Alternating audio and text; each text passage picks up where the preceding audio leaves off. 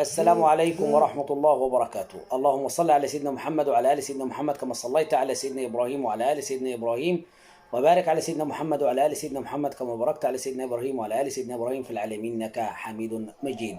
رؤية الدم في المنام، نتفق معا على أن هذه الرؤية من الرؤى المقلقة جدا والمفزعة لكل من رآها، ولكن ليس هذا معناه أن كل من رأى الدم دل على الرؤية العامة للدم. إيه هي الرؤية العامة للدم؟ الرؤية العامة للدم، من رأى الدم دل ذلك على المعاصي، الذنوب، المشاكل الكثيرة التي سوف يمر بها صاحب هذه الرؤية.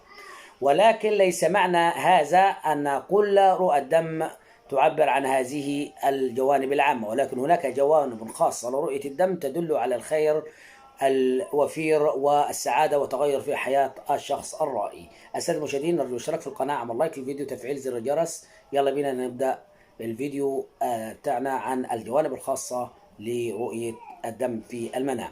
أولا، بالنسبة للرجل لو رأى الدم في جسمه ينزل بغزارة دل ذلك على أن هذا الرجل سوف يتعرض لمشاكل كثيرة في حياته وسوف يخرج منها بإذن الله تعالى. أما بالنسبة للشاب لو رأى أن في بقع من الدم على قميصه دل ذلك على أن هذا الشاب يصادق شخص أو له صديق مقرب إليه جدا، هذا الصديق مخادع ويحاول أذاه، فعليه أن يتجنبه ويبتعد عنه ويحذره. أما بالنسبة للمرأة المتزوجة لو رأت الدم في منامها بغزارة دل ذلك على رزق واسع كبير سوف يصيبها في حياتها المقبلة. فالمرأة المتزوجة أقول لها أبشري بالخير إذا رأيت الدم في منامك أو حلمك. أما بالنسبة للبنت العزباء لو رأت الدم في منامها دل على شيئين اثنين. إيه هما الشيئين دول؟ الشيء الأولاني أنه هذه الفتاة تدل رؤيتها للدم على اقتراب موعد خطوبتها وموعد زفافها القريب والعاجل بإذن الله تعالى.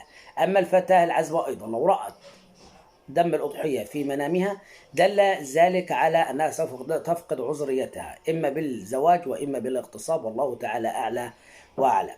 أما بالنسبة للمرأة الحامل لو رأت الدم في منامها دل على أنها سوف تتعرض للإجهاض وسوف تفقد جنينها، والله تعالى أعلى وأعلم. شكرا والسلام عليكم.